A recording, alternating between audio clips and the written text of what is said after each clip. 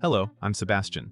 Welcome to 9 Trees podcast. Today, I will summarize and review the book, Imagined Communities, Reflections on the Origin and Spread of Nationalism by Benedict is a landmark work in political theory and modern history that explains how nations come to feel real, natural, and emotionally powerful to millions of people who will never meet.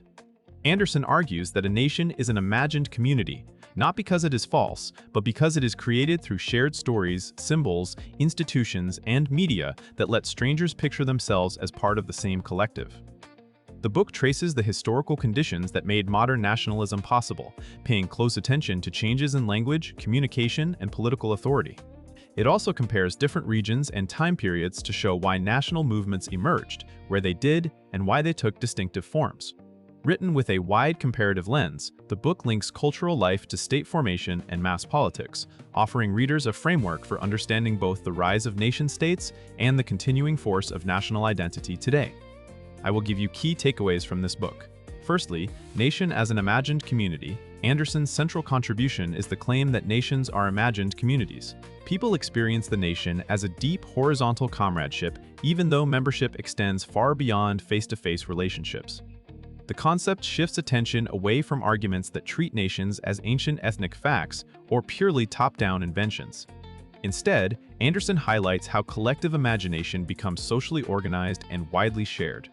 The nation is imagined as limited because it has boundaries that separate it from other nations, and as sovereign because nationalism rose in an era when older religious and dynastic orders were losing legitimacy.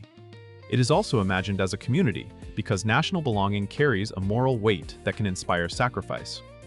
This approach helps explain why nationalism feels natural once established, why it can coexist with internal inequality, and why it can motivate both liberation movements and exclusionary politics. The framework also gives readers a way to analyze flags, anthems, censuses, and public rituals as technologies that make the nation visible and emotionally compelling, turning abstract membership into a lived social reality. Secondly, print capitalism and the making of shared time. A major engine of national consciousness in Anderson's account is print capitalism, the commercial production of books, pamphlets, and newspapers that standardized language and widened the reading public. As vernacular print spread, readers who never met could nonetheless consume similar stories and information, forming a sense of shared attention. Newspapers in particular helped create what Anderson describes as a sense of simultaneous time, where many people imagine themselves moving through the same present, reacting to the same events. This shift mattered because earlier forms of belonging were often anchored in sacred languages or dynastic hierarchies that did not require mass participation. Print markets, by contrast, rewarded publishers for reaching broader audiences in local languages, gradually turning dialects into national languages and making administrative and cultural life feel coherent within a bounded space. The result was not merely literacy, but a new infrastructure for imagining community, enabling citizens to picture fellow members scattered across a territory as part of the same story. This topic helps readers connect media ecosystems to political identity and to see how communication technologies can shape collective belonging. Thirdly, decline of sacred and dynastic orders. Anderson situates nationalism within a historical transition away from older forms of legitimacy. In earlier periods, large political communities were often organized through religious universalisms and dynastic rule. Sacred languages linked believers across regions, while monarchs claimed authority through lineage and divine sanction, holding territories together through personal sovereignty rather than national citizenship. Anderson argues that these foundations weakened over time due to social, intellectual, and political change, including shifting religious authority and the rise of new administrative and economic systems. As these older frameworks lost their ability to explain death, destiny, and political order in the same persuasive way, nationalism offered an alternative form of meaning. It provided a secular basis for continuity, linking individuals to a collective past and an imagined future. The nation could promise symbolic immortality through belonging to an enduring community, making personal lives part of a larger narrative. This analysis helps readers understand why nationalism carried such emotional intensity, and why it could replace or adapt elements once supplied by religion and monarchy. It also clarifies why modern statehood often depends on cultural narratives as much as on coercive power. Fourthly, colonial contexts and the rise of new nationalisms. One of the book's influential moves is to treat colonial settings as central to the development of modern nationalism rather than as peripheral imitations. Anderson examines how colonial administration, education, and communication networks created new social categories and new political aspirations. Colonial states often mapped and counted populations, organized territories into manageable units, and promoted certain languages and schooling systems. These practices unintentionally helped produce local elites and publics who could imagine themselves as members of a distinct community with shared grievances and shared possibilities. Nationalism in such contexts could draw on European ideas while also reshaping them in response to local histories, ethnic complexities, and anti-imperial struggles.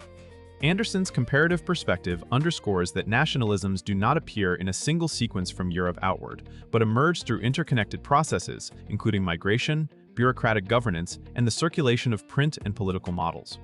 This topic is valuable for readers seeking to understand why post-colonial nation-building can be both empowering and fraught, and why national identity may compete with regional, religious, or linguistic affiliations.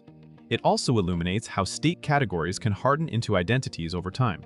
Lastly, official nationalism, memory, and state-making, Anderson distinguishes popular nationalist imaginaries from what he calls official nationalism, the efforts by states and ruling groups to manage national identity from above.